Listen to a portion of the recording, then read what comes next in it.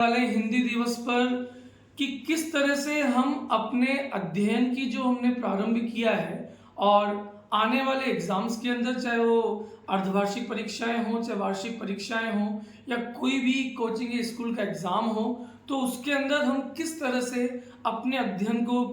चालू रखें, अपने अध्ययन की शुरुआत करें। सबसे पहले हमें ध्यान रखना चाहिए कि हमारा पाठ्यक्रम जो कि हमारे एग्ज़ाम में आने वाला है, उस पाठ्यक्रम में हम कितना निपुण अपने आप को कर पा रहे हैं, उसका ध्यान रखें। साथ ही साथ समय हम पूरी तरह से उसको दें, अच्छे से अपने नोट्स जो भी आप लोगों को क्लास के अंदर पढ़ाए गए हैं, हमारे नोट्स, हमारी डीपीपीज, हमारे शीट्स, हमारे मॉड्यूल्स, वो सारी चीज़ें हम कलेक्ट करके रखें और 1 to 1 उन सब चीज़ों को हम देखते हुए चलते जाएं। आपको क्लास के अंदर जितने भी क्लास टेस्ट और जितने भी परख आप लोगों को करवाए गए हैं, वो सारे इंपॉर्टेंट क्वेश्चंस होते हैं जो कि टीचर के द्वारा आप लोगों को करवाए गए हैं। उनको हम रेगुलरली रिवाइज करते रहें और उन रिवाइज करने के साथ साथ ये नहीं कि हम पूरे 8 घंटे तक एक ही स्टडी करते जा रहे हैं, बीच बीच में अपने आप को रिलैक्स मोड में भी रखें ताकि जो कुछ भी हम पढ़ रहे हैं वो हमारे माइंड में बना रहे और धीरे धीरे उसका हम संप्रेषण और विश्लेषण कर सकें। समय प्रबंधन की अगर हम बात करें तो टाइम मैनेजमेंट इसके लिए बहुत जरूरी होता है।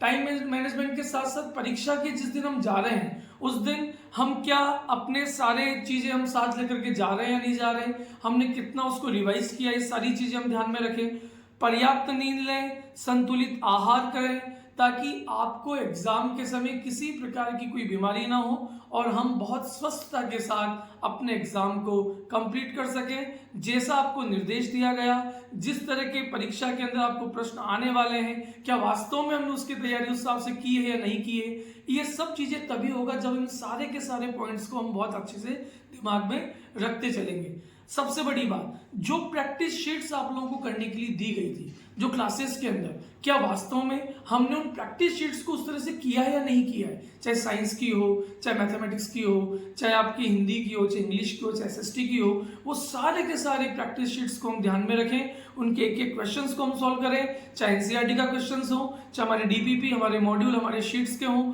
उनको बहुत तहे दिल से हम करते चले जाएं तो निश्चित तौर पर हमें अपने परीक्षा में सफल होने से कोई नहीं रोक सकता। तो आज के लिए इतना ही, धन्यवाद।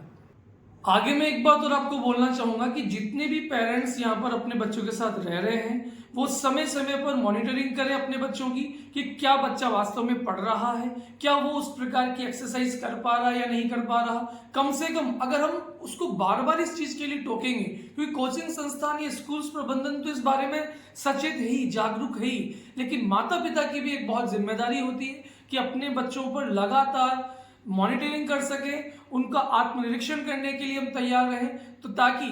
बच्चा कितना फेलियर हो रहा है, कितना सक्सेसफुल हो रहा है, ये एक जिम्मेदारी पूर्ण अगर हम साहसिक कदम उठाएंगे तो निश्चित तौर पर अपना बच्चा आने वाले एग्जाम्स के अंदर तनाव मुक्त होकर के अपना अच्छे से परीक्षा में सफल होगा। धन्यवाद।